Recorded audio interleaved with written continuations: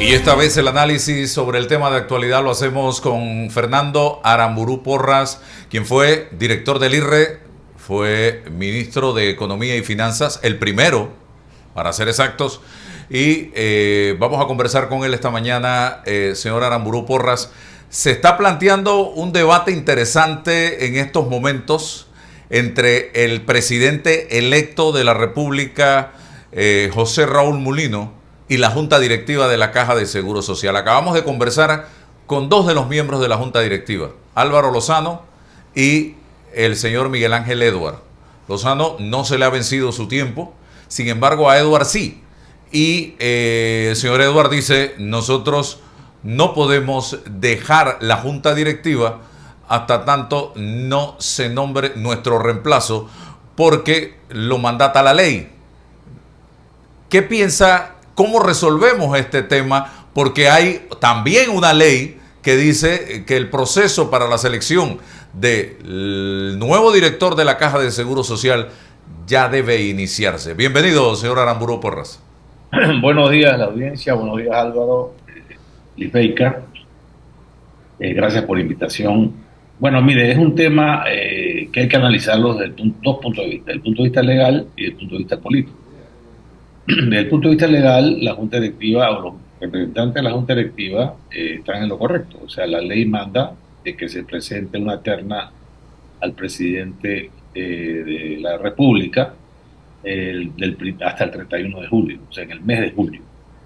Para eso, obviamente, tienen que hacer una convocatoria a los interesados con anterioridad. Eso es lo que manda la ley y eso es lo que hemos entendido de los que han estado hablando del tema. Sin embargo, también es una realidad, se ha publicado en los medios, lo mismo lo dijo el mismo señor Edwards hace un momento, de que hay muchos directores que tienen su puesto vencido y los gremios respectivos no han presentado las ternas que deben hacerlo para que el presidente designe a los nuevos miembros. Esa es la controversia. Entonces yo diría, hay un presidente electo que ha manifestado su interés en decidir eso. El presidente actual no ha dicho nada, ya está de salida. Creo que en realidad políticamente le corresponde al presidente electo. Por lo tanto, se debe esperar a que él tome posesión para que él designe los nuevos miembros de la directiva, incluyendo los ministros que van a ocupar, que ya están designados: ministro de Salud, el señor Boyd, el ministro de Economía, el señor Chapman. El Contralor sí se mantiene, ¿no? Hasta el mes de diciembre. Pero él tiene solamente voz, no tiene voto. Por lo tanto, yo creo que es cuestión de esperar. Yo creo que las postulaciones pueden continuar, pero la terna que va a ir a la presidencia debe ser electa por la nueva Junta Directiva.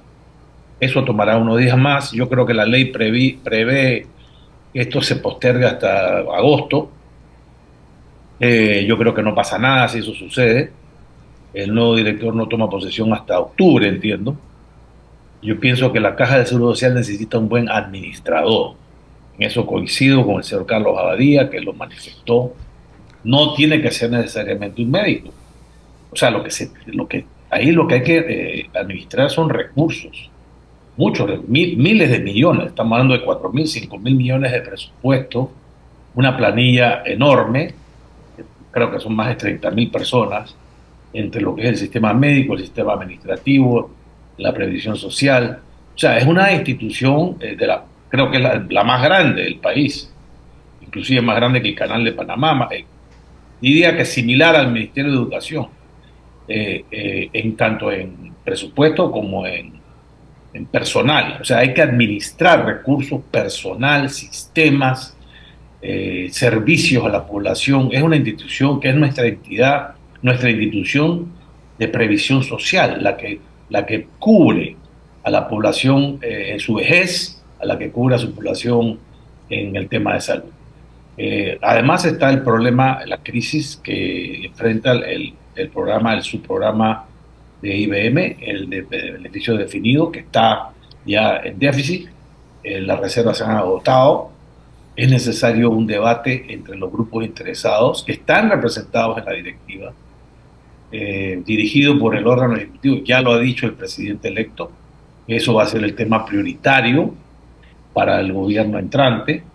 Yo pienso que el director va a jugar un papel importante en ese debate, en esa propuesta que hay que llevar a la Asamblea posteriormente, al Consejo de Gabinete, a la Asamblea, a la población, para lograr un consenso nacional, por lo menos una mayoría que favorezca alguna solución. Las partes que son empresarios, los trabajadores, por lo menos ellos apoyen la solución que se encuentre, donde todos tendremos que poner un granito de nuestra participación, los empleadores, los trabajadores y el Estado. Precisamente ese último punto, todos debemos poner nuestro granito de arena, todos debemos hacer sacrificios en la solución o en la búsqueda de la solución al problema de la caja de seguro social, que es un problema gigantesco en este momento y que puede requerir, he visto declaraciones de varios expertos en la materia. He hablado con Jorge Nicoló, con Dino Mon, con Carlos Abadía, con César Tribaldos. 75.000 millones de dólares. Imagínese usted, esto es una cifra gigantesca, más de 2 veces el presupuesto actual de la nación. ¿Podemos seguir diciéndole al país no hay que tocar las medidas paramétricas? ¿Se resuelve de otra manera, señor Fernando Aramburú Porras? Bueno, Álvaro, ese no es mi tema de especialidad, pero sin embargo, por lo que yo he leído, estudiado, obviamente como economista, interesado en el problema financiero fiscal del país y el sistema económico, me he interesado en este tema, que es de magnitud, como tú dices, enorme. Con decir que la deuda pública acumulada en los últimos 100 años de República son 60.000 millones, perdón, 50.000 millones. Estamos hablando que la deuda, que lo que se llama actuarial, o sea, lo que tiene que pagar el Seguro Social hasta que se jubile el último pensionado del sistema de beneficios definidos, son entre 50.000 y 75.000 millones de dólares. O sea, depende de cómo usted haga la corrida, de los supuestos de crecimiento, de población, etcétera, etcétera, etcétera, ¿no? Hay una serie de variables ahí que juegan, pero están en ese rango. Estamos hablando de una magnitud mayúscula. Yo creo que va a tener que hacerse sacrificios. Las medidas paramétricas es una de las variables en la contribución de los participantes, de los empresarios, de los trabajadores, de los años de trabajo. Hay propuestas del sector privado, hay propuestas del sector laboral. Yo creo que es cuestión de analizarlas. La OIT no ha hecho propuestas. Lo que ha dicho la OIT es que es deficitario, que hay que tomar medidas. Podemos analizar, se pueden evaluar lo que se ha hecho en otros países, Europa, Sudamérica. Obviamente el tema de la edad es crucial. El tema de seguirnos a una cuenta individual, como es el sistema mixto, y que por definición es balanceado, porque usted se lleva a su casa, se pensiona con lo que usted ha aportado. Hay críticas a ese sistema, pero en realidad lo han adoptado países en el sur, Perú, Chile, Colombia, y ese sistema, Argentina, ese sistema ha dado resultados mixtos. En realidad ha eliminado los déficits. El monto de las pensiones no son de la magnitud que se tienen hoy en día en el sistema que tenemos aquí en Panamá, pero es que este sistema está condenado, diseñado para fracasar. El sistema actual de beneficios de frío no puede seguir porque no, o sea, la población envejece cada día más. Ahora mismo vivimos 20 años más de lo que se vivía en el año 40, 50, cuando se diseñó este sistema. Y entonces, hay mucho menos gente entrando a la masa laboral que cotiza. Y tenemos 50% de la población económicamente activa que no cotiza, que no contribuye al seguro social, y cada día hay más independientes, más informales que se llaman, ¿no? Y menos formales. O sea que tenemos un problema de estructura, eh, que tenemos que ver si diseñar un sistema que sea sostenible en el tiempo. Ahora, cualquier cambio que se haga en las medidas paramétricas o el sistema en sí mismo va a requerir tiempo para que se ajuste. Y va a requerir que el Estado, lamentablemente, el Estado va a tener que hacerle frente a los déficits de este sistema de pensiones en los próximos años, hasta que lograr un balance en el mismo sistema. Señor Fernando, buenos días. Lisbeth Lescano le saluda. De eso quería preguntarle. Hemos estado hablando pues siempre de los dos sistemas que existen y es como si nos tenemos que aferrar a ellos y salvarlos a como dé lugar e ir en dirección a lo que ya existe, pero no se puede crear uno nuevo. Usted hablaba de algunos que se aplicaban en otros países. ¿Y por qué no hacerlo en Panamá? ¿Por qué no ir por otro lado de lo que ya tenemos? Bueno, es justamente eso lo que estoy planteando. Tenemos que evaluar, y de hecho lo han hecho los expertos que ha mencionado aquí Álvaro, Nicolau, Tino Bon, y otros, Bustamante, Lacayo. Hay gente especializada, muy capacitada, que que conoce a profundidad los sistemas en otros países. Eh, el sistema de cuenta individual no es novedoso, funciona en otros países. Uh-huh. Obviamente esto es un cambio, los obreros, la clase laboral se opone, porque obviamente hoy en día te jubilas, recibes mucho más de lo que has aportado. Lo que tú aportas en 25 años de trabajo no compensa lo que tú recibes en 20. Sobre todo las mujeres que se jubilan a los 57, viven hasta los 85, 86, son 30 años Sí. que reciben su salario completo. Entonces eso, cuando usted hace la suma y la resta, no da. Lo mismo los varones. Entonces, ese sistema está condenado fue diseñado asumiendo de que entraban, la base era piramidal, o sea, que había más gente aportando que gente jubilada. Eso ha ido cambiando, la gente vive más tiempo, entonces ya ese sistema está colapsado. Tenemos que diseñar un nuevo sistema y no vamos a inventar la pólvora. Hay otros países que han mantenido el sistema de beneficio definido, pero tienen, por ejemplo, Grecia. Grecia mantuvo el sistema como el que tenemos aquí en Panamá, e inclusive más generoso, y Grecia quebró. Digo, ustedes se acuerdan Sí, la crisis. Los países europeos los hicieron arrodillarse a los griegos, bajar sus salarios 40 y 50%, las pensiones 40 y 50 para poder, tenían una deuda que era 300% superior al Producto Bruto, no 60 como Panamá, 300. O sea, lo mismo Brasil tiene un problema económico muy serio con lo que representan las pensiones en las finanzas públicas. Entonces nosotros no queremos llegar a ese extremo. Tenemos que ser responsables, tenemos que pensar en las futuras generaciones que van a necesitar, sobre todo la gente más pobre. El Estado necesita estar robusto, tener capacidad de inversión y tenemos que resolver, o sea, tenemos que hacer que el sistema sea autosostenible, que no dependa del subsidio del Estado. En la medida que dependa del subsidio del Estado, todos los panameños van a tener que subsidiar al grupo de pensionados y eso le resta capacidad al Estado para resolver problemas de términos sociales, salud, educación, infraestructura, seguridad, etcétera. Una pregunta que quizá no le guste mucho a algunos de los oyentes. ¿Qué hacemos con la gente que se jubila y sigue trabajando en el sector público? No me refiero al sector privado, público, y cobra al seguro y cobra al Estado. Bueno, yo creo que a estas personas hay que buscarles una solución. Obviamente, si lo hacen es porque no les alcanza para vivir la jubilación. Están acostumbrados a un nivel de vida de cierto nivel y quieren mantenerlo, por lo tanto siguen trabajando, cobrando doble. En otros países eso está prohibido. O sea, usted no puede recibir dos salarios del Estado. sobre todo en aquellos países donde el seguro social es estatal.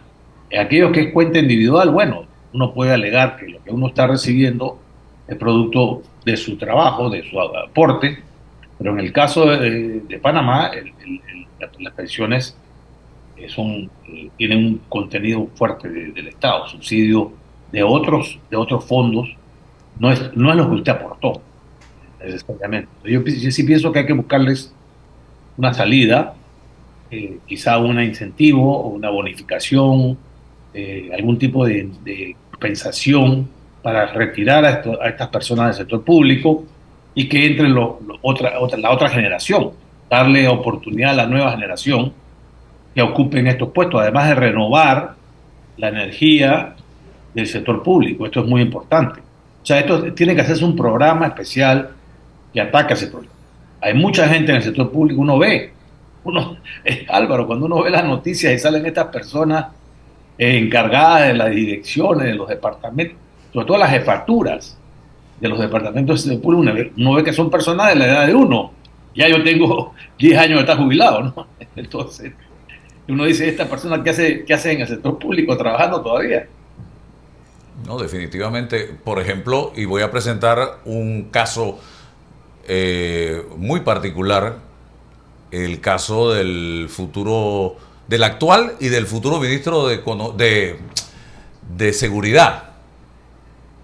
Los dos están jubilados, recibiendo una buena suma de dinero de su jubilación, y ahora van a ser, uno es y el otro va a ser ministro de Estado y va a recibir una buena suma adicional por el cargo que asumen en el gobierno y que está asumiendo y que tiene hoy en el gobierno. Entonces la gente se pregunta, imagínese. Digo, valiosa la experiencia. Igual la rectores, Uf. En fin, que ganan unos cantidades de dinero y mucha gente recibiendo migajas de jubilación. Pero hablemos de otro tema, don Fernando. Mina, el presidente ha insistido, el electo, en la necesidad de abrir para cerrar, para que se costee con los propios recursos de la mina el cierre de la misma. ¿Qué piensa y cómo interpreta Aramburu Porras esto y cómo hacerlo, cómo lo logramos luego de lo que pasó en octubre y noviembre? Bueno, Álvaro, hoy me has dado un menú variado, como decimos. El tema de la mina es un tema controversial, un tema que ha dividido a los panameños. Hay los grupos que favorecen la apertura de la mina por razones de tipo económico principalmente.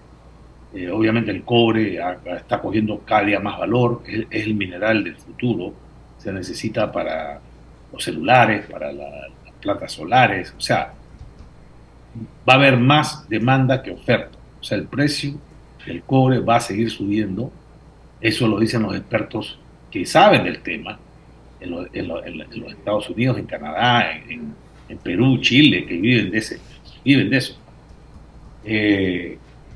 Entonces, ahí está, es un tema económico, un tema que representa muchos empleos, que representa ingresos para el fisco, pero tiene el componente cuestionado, riesgoso, del impacto ambiental, sobre todo en el corredor mesoamericano, está ubicado, y tenemos el tema social, político, que fue una gran cantidad de personas, jóvenes, adultos, gremios, salieron a rechazar el contrato minero, que degeneró en un rechazo a la minería en general. O sea, del contrato minero mal manejado, mal presentado, mal negociado, leonino, etcétera, que todos nos opusimos, se pasó a estar en contra de la minería, de cielo abierto que se llama, no la minería para la construcción de metales minerales no metálicos, pero la minería de metales minerales metálicos, llámese cobre, oro, plata, etc. Molibdeno. Entonces, el nuevo gobierno ha planteado que hay que abrir para cerrar. Ese es un término muy general. Abrir cuánto tiempo, para cerrar en cuánto tiempo, quién lo va a operar, etc. Entonces yo creo que eso hay que debatirlo. Es motivo de un debate, de nuevo, otro debate. ¿Por qué? Porque esto tiene mucho impacto en las finanzas públicas. Parte de la razón, no la única, ni la principal, de la razón que hemos perdido la calificación de riesgo y ha aumentado el riesgo Panamá, independientemente de la que hemos perdido la calificación, el riesgo Panamá ha aumentado, no solamente por las finanzas públicas, sino por la seguridad de la inversión privada extranjera. Entonces, obviamente, se nos mira con más cautela. Dice, Panamá, espérate un momentito. Aquí el gobierno no pudo manejar el tema de la minera, era un contrato, había una inversión de 7.000 millones, fue derogado, no se supo manejar políticamente, esto no se puede renegociar nuevamente porque la ley prohíbe nuevas concesiones, y todo eso crea un ambiente negativo a la inversión extranjera. Entonces, esto es un tema delicado, tenemos que mirarlo con mucho cuidado. Yo pienso que hay que, de todas maneras, hay que aislarlo. Mi posición siempre ha sido, siempre, de que hay que aislarlo de las finanzas públicas. O sea, hay una demanda de 30.000 millones de dólares. 30.000 millones de dólares, vaya usted sumando, ¿no? Seguro social, déficit de las finanzas públicas, este riesgo. Claro que no es de ahorita, es dentro de 5, 6, 8, 10 años, pero ahí está. Lo ponen en el footnote, ¿no? De los análisis. Oiga, aquí hay un riesgo, como en todos los balances de las empresas donde hay un litigio, se pone en los footnotes, ¿no? En la letra chiquita, pero que los analistas miran. Entonces, esto es motivo de un debate nacional y probablemente, si yo fuera gobierno, haría con una consulta en algún momento a ver qué opina la población, porque la población se pronunció en contra del contrato minero, la mayoría. Un grupo se pronunció en contra de la minería, pero no sabemos qué opina la mayoría de la población. Eso se puede manejar de esa manera o provocar un debate en otro foro. Definitivamente, el problema está que no tenemos los recursos, que son cuantiosos, 200, 300 millones anuales, se ha hablado de esa cantidad, para el cierre de la mina. Y no se puede pretender que la empresa ponga ese dinero cuando no opera. Entonces, me parece, leo entre líneas de lo que plantea el presidente Mulino, el nuevo gobierno, es que, bueno, abramos la mina, produzcamos el mineral, importemos el mineral para recaudar fondos que nos permitan un cierre ordenado en un periodo de tiempo, 7, 8 años, no sé, lo que se considere necesario de acuerdo a los técnicos. Pero se habla de cierre, no se habla de que se va a mantener por 20 años. Pero hay que ver qué es lo que están planteando y cuál va a ser la reacción de la población, porque a pesar de que son, inclusive si fueran grupos minoritarios, yo pienso que, cuidado, que la población panameña no es promina, en su mayoría, eso habrá que verlo. ¿Cuál es la reacción? Y si se quiere algo más que simplemente abrir para cerrar. Bien, interesante análisis. Conversaba chateaba con el señor Fernando Aramburu Porras esta semana sobre un proyecto muy interesante que lanzó TVN y que tiene que ver con su, ¿cuál sería el parentesco? ¿Bisabuelo? Belisario Porras es mi abuelo. Abuelo. Aunque parezca mentira. El arquitecto, Belisario, arquitecto de una nación.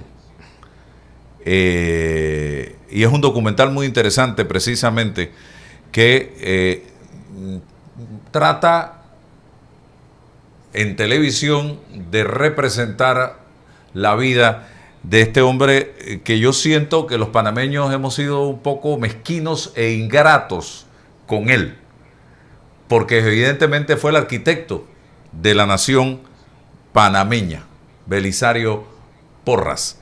Y leía un artículo de Franklin Castrellón del 1 de junio del 2024, que también fue publicado por la prensa, se refiere precisamente a este proyecto. Voy a presentar un pequeño videíto de 20 segundos que reprodujo o que presentó TVN hablando de este proyecto Belisario, el arquitecto de una nación, sobre los aspectos más destacados de este ilustre panameño y que fue producido bajo la dirección del reconocido director Alberto Serra. Un documental de 62 minutos que fue presentado el pasado 26 de mayo en TVN. ¿Lo tenemos ya el videito, Ian? Adelante, por favor.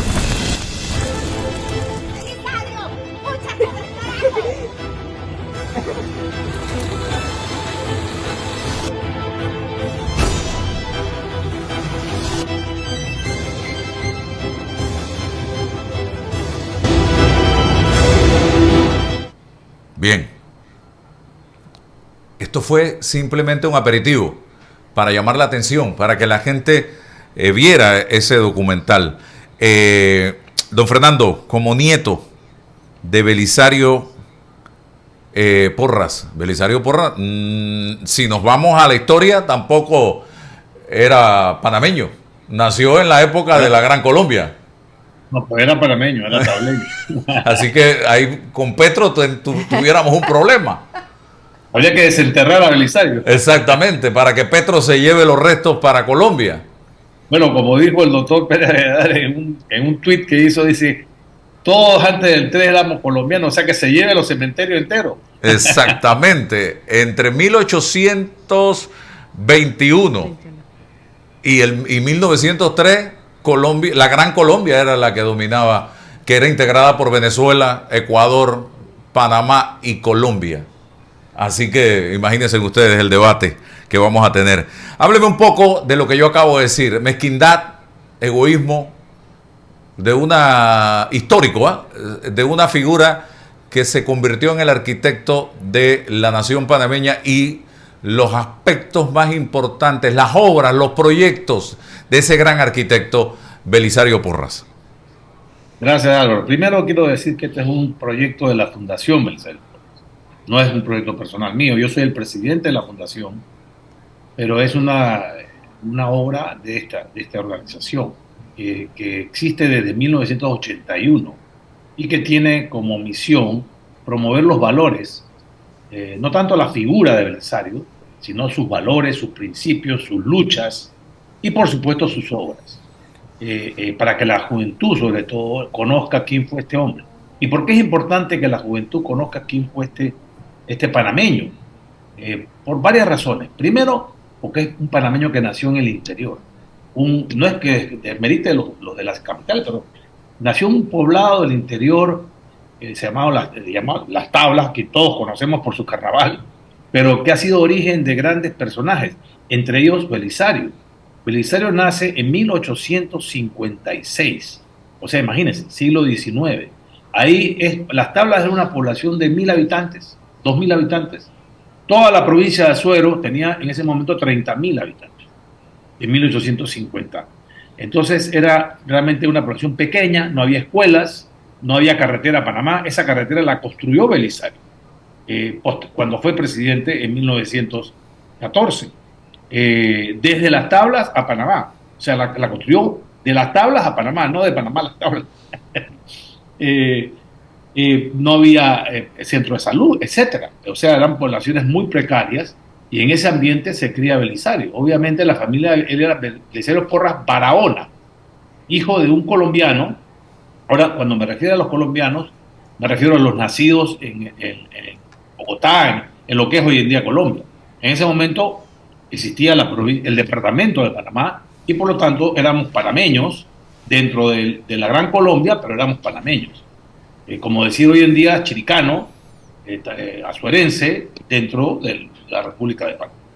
Entonces, él nace de un padre colombiano, Demetrio Cavero, y una panameña nacida en Las Tablas, Juana Gumercinda Barahona, de León, de la familia Barahona, que fueron los fundadores de la ciudad de Las Tablas allá por 1600, cuando huyen de Panamá los residentes ante la invasión de Henry Morgan y encallan en la provincia de Azuero, cerca de Las Tablas, y construyen la ciudad de Las Tablas, justamente con las tablas de los barcos que los llevaban hacia el sur huyendo del pirata moro.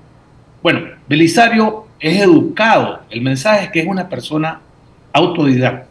La educa su abuela, Mime se llamaba, ¿no? En la película se ve esto con más detalle, en el documental, que es muy interesante, muy bien logrado, y posteriormente su padre lo lleva a estudiar a Bogotá. Eso le cambia la vida a él. Él se va a estudiar a Bogotá, estudia allá, se gradúa de abogado, posteriormente se va con una beca a Bélgica, se gradúa, tiene un doctorado en Bélgica y regresa a Panamá en 1885-86 como abogado del canal francés. O sea, imagínense, en París conoce al conde de Lesseps, a Eiffel, el de la torre, y regresa como abogado joven del canal francés de un año, se dedica a eso. Todo esto se relata en el documental. Posteriormente él se inscribe en el Partido Liberal, a pesar de que el papá era conservador, él se inscribe en el Partido Liberal y comienza a ser miembro y a liderizar el Partido Liberal, lo que le cuesta un exilio en Nicaragua. Se va a Nicaragua, él era abogado, es exilado y se convierte en el asesor del presidente Zelaya. El presidente Zelaya nicaragüense, en ese momento liberal, él se convierte en asesor. Cuando revienta la guerra de los 1000 días, famosa la guerra de los 1000 días, a la que hace referencia el presidente Petro en estos días, ¿no? Entre liberales y conservadores, una guerra que nace o surge en Colombia. Había una rivalidad muy grande que desemboca en una guerra porque los conservadores dominaban, perseguían a los liberales. En Panamá perseguían no solamente a los liberales, sino también a los indígenas.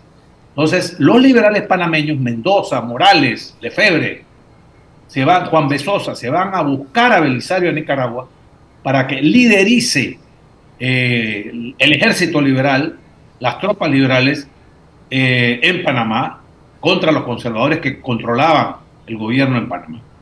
Belisario acepta y regresa a Panamá en una barcaza que le da el presidente Zelaya, la Momotombo, con 400 nicaragüenses desembarca en Punta Burica, Puerto Armuelle, Chiriquí, y de ahí va sumando gente, campesinos, muchachos jóvenes en su mayoría, se toman David, provincias centrales, Agua Dulce, hay una batalla en Bejuco importante, también la ganan y llegan a la ciudad de Panamá, a Chorrera, están ahí acantonados con la intención de tomarse la ciudad de Panamá.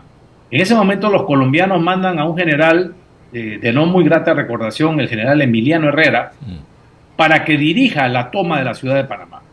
Ahí él tiene un choque con Belisario porque no coinciden en la estrategia de cómo tomar la ciudad de Panamá. En ese momento tenían 1500 hombres, los liberales, y los conservadores estaban atrincherados en la ciudad de Panamá, con el apoyo de los norteamericanos.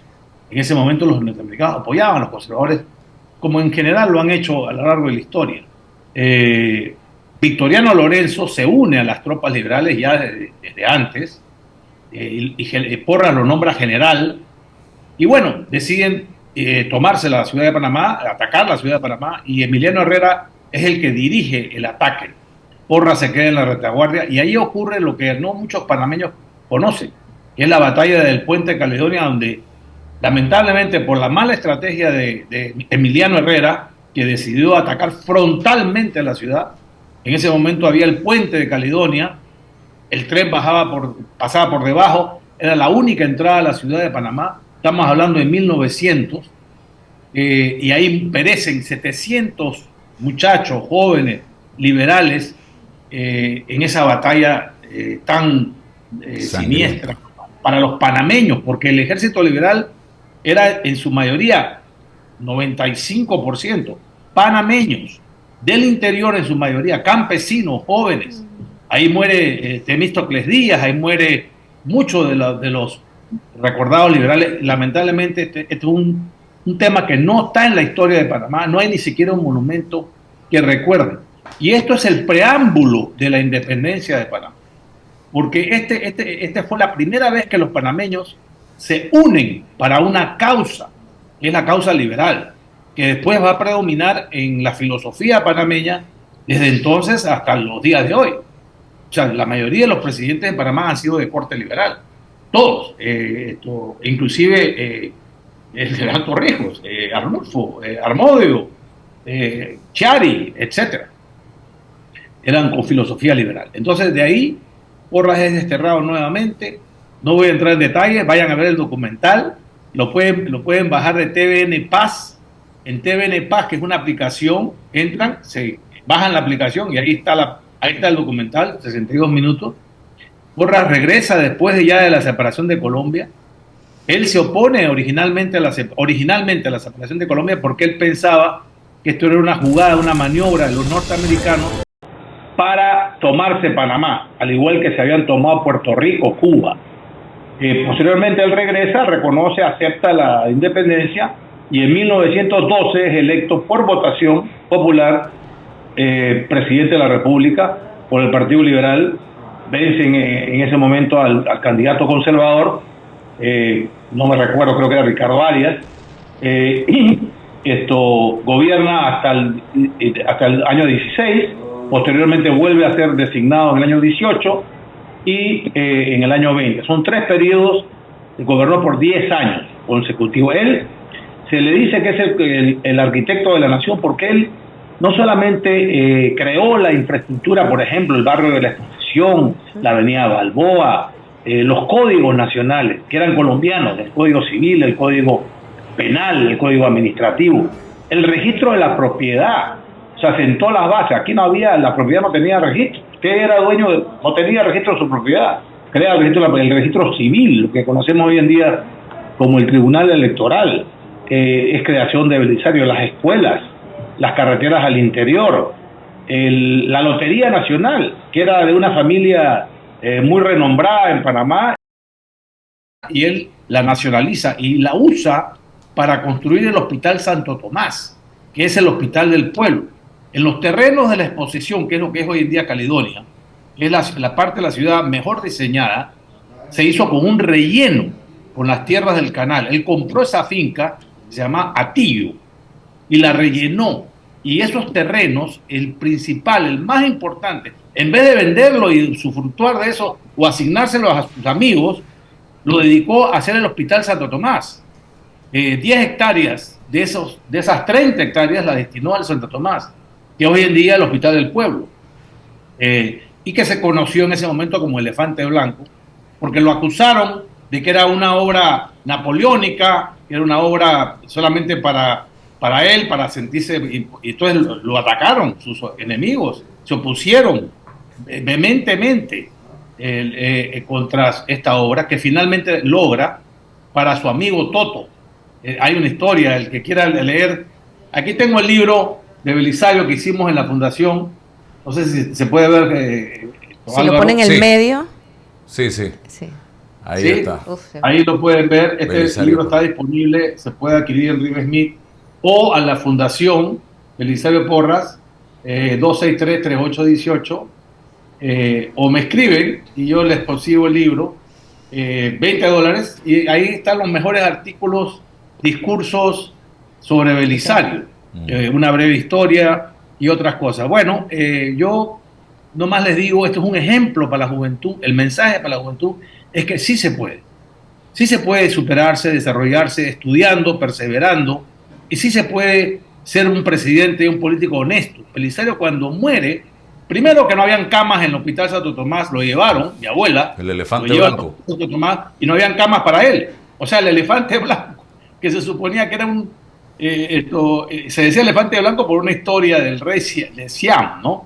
Que cuando tú querías perjudicar a alguien, le regalabas un elefante blanco porque el costo de mantenimiento era enorme, entonces lo quebraba, ¿no? Por eso le llamaron el elefante blanco, porque se suponía que era demasiado grande para la población panameña en ese momento, y cuando va a morir Porras en el año 42, no había cupo para él.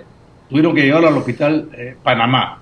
Y él muere dejando su casa hipotecada al Banco Nacional y la finca del Pausílipo, que en Las Tablas, que es su finca, que era una finca de 100 hectáreas con cabezas de ganado y punto. Eso es que se lo había ganado un litigio de herencia de una familia de Las Tablas. Eso es lo que él dejó, más nada. Y había sido presidente 3 veces, había desarrollado gran parte de la ciudad de Panamá en ese momento, dado las estructuras legales y jurídicas y políticas, porque él fue el que instaló el voto directo. Antes se elegían a los presidentes por voto indirecto. se elegía la Cámara de Diputados y esos elegían a su vez al presidente. Él instauró el voto directo. Él fue el primer presidente electo por voto directo en 1920. Las escuelas mixtas, las escuelas antes eran hombres y mujeres. Él instauró las escuelas públicas, desarrolló las escuelas públicas mixtas. En la época que él fue presidente la primera vez había 80% de analfabetismo en Panamá. Analfabetismo. Y cuando salió había 80% de alfabetismo. O sea que eso también es un legado importante. Son hombres que tenemos que recordar, son ejemplos para los políticos de hoy en día de que sí se puede gobernar sin robar, sin favorecer a sus parientes, etcétera, amigos y amiguetes, como dice el economista Chama, y echar para adelante este país, que es un país de gran futuro. Yo le llamo la tierra prometida, porque bueno, aquí viene todo el mundo, todos los extranjeros quieren venir a Panamá. ¿Por qué? Bueno, porque hay oportunidades. Debemos mantener eso y sobre todo darle la esperanza a nuestros jóvenes de que pueden llegar a la cima, pueden desarrollarse personalmente, ellos y sus familias, estudiando, trabajando en este país. Bueno, muchas gracias por esta plática extraordinariamente interesante que hemos tenido con usted en el día de hoy, don Fernando Aramburú Porras, sobre temas nacionales, pero también histórica, y que nos alimenta el alma y el intelecto en este momento.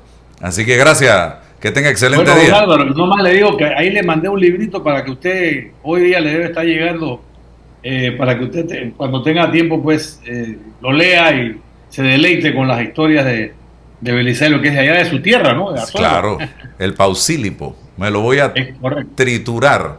Gracias. Y repito, TVN Paz, bajan la aplicación, ahí está el documental, lo vamos a estar pasando para las escuelas, tanto de Panamá como del interior. Vamos a tener tandas para los jóvenes puedan verle el documental. Eso lo va a promover la Fundación Belisario Porras, con el apoyo de los patrocinadores que ustedes están viendo en el documental, que nos ayudaron a concretar este proyecto. Muchísimas gracias, que tengan un buen día. Saludos. Gracias Álvaro, nuevamente. Gracias a Lisbeth. Saludos.